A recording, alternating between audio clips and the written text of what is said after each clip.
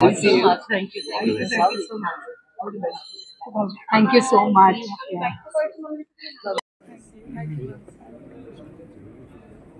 This subject up. How about a big round of applause? I want to hear a round of applause.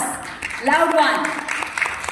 Because it's a tricky subject, because there's still so much stigma attached to it. I have to tell you, when I actually was going through with the adoption, I come from a very educated and liberal family. Even my parents said to me, "Are you sure?" And that was enough for me to say, yes, I'm sure, plus. I am sure, more than sure. Incredibly powerful that a brand like Mob's Magic, it's মানে এটা association করেছে আমাদের ফিল্মের সঙ্গে, যে মানে এটার পেছনে যেটা আছে মা শব্দটি, এটার মতো স্ট্রেংথফুল, এটার মতো শক্তিশালী শব্দ তো আসলে আর নেই। And ये मेरा फिल्म की कसम, even now that eyes and the kid is haunting me.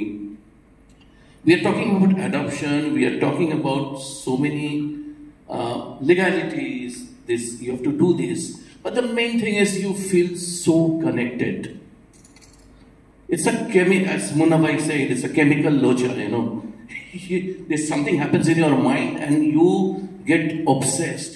Adoption বিষয়টা তো আসলে আমি বলবো যে আমাদের মেইন স্ট্রিমে খুব উঠে আসা, খুব প্রয়োজনীয়, খুব জরুরি একটি টপিক, যেটা নিয়ে আমি আসলে নিজে খুব বেশি ছবি দেখেছি বলে আমার মনে হয় না। সে জায়গা থেকে ফিল্মটি এলো, সবাইকে বলছি ছবিটি দেখবার জন্য। 18 তারিখে রিলিজ করেছে।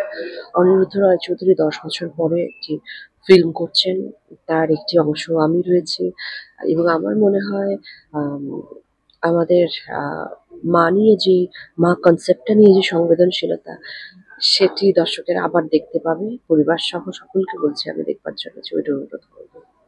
এবং যে বিষয়টা বলা হয়েছে যে ব্লাড রিলেশনটাই বড় কথা নয়, ভালোবাসাটাই ইম্পর্টেন্ট। এইটা নিয়ে কি বলবো? সেটা তো সত্যি, সেটা বুঝবার জন্যে আমার মনে হয় দর্শকদের আরো হলে গিয়ে দেখা উচিত। কারণ আমি খুব খুলে সাবজেক্টটা নিয়ে বলতে পারছি না, কিন্তু এটা খুব ইম্পর্টেন্ট যে আমাদের যে অ্যাডপশন কনসেপ্টটা, এটাকে খুবই নর্মালাইজ জায়গায় নিয়ে আসা খুব প্রয়োজন, এবং সেক্ষেত্রে আমি মনে করি এই ছবিটি একটা উদ্দীপক হিসেবে কাজ করবে। এবং শুটিং এর সময় অনিরুদ্ধ বললেন যে তুমি যথেষ্ট ইমোশনাল জায়গায় গিয়েছিলে। আজকেও দেখলাম আমরা সবাই, মানে কতটা ভিতর থেকেও তুমি কানেক্ট করতে পেরেছো বিষয়টা। যখন যে চরিত্র করি সেটা তো 100% দিয়ে বলবার চেষ্টা করি। আর তাছাড়া সবচেয়ে সংবেদনশীল একটি বিষয়বস্তু হচ্ছে মা এবং সন্তানের ভালোবাসা। আমার নিজের মা আমার জীবনে সবচেয়ে বড় জায়গা দখল করে আছেন। সবকিছু মিলে এটা আসলে it was a very emotional journey. That's why আমরা বারবার সবাই, শুধু আমি নই, সকলেই খুব ইমোশনাল হয়ে যাচ্ছিলাম। এবং শান্তির মমস প্যারেন্টস যেভাবে পাশে দাঁড়িয়েছে, it was incredibly powerful to stand by something so powerful, কারণ মা কনসেপ্টটাই ভীষণ পাওয়ারফুল, তার উপরে অ্যাডপশন। এবং আমি সেটাই বললাম যে পৃথিবীর সকল রকম মাদেরকে নিয়ে এমপ্যাথেটিক হওয়া আমাদের খুব জরুরি, খুব জরুরি। ছবিটা ভালোবাসা নিয়ে, ছবিটা সাংসারিক কনফ্লিক্ট নিয়ে।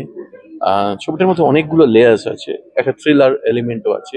এর বেশি বলা যাবে না, ছবিটা খুব সিম্পল, তাই জন্য বলতে পারছি না। আর সানফিস্টকে নিয়ে বলবো, they are also mothering the film.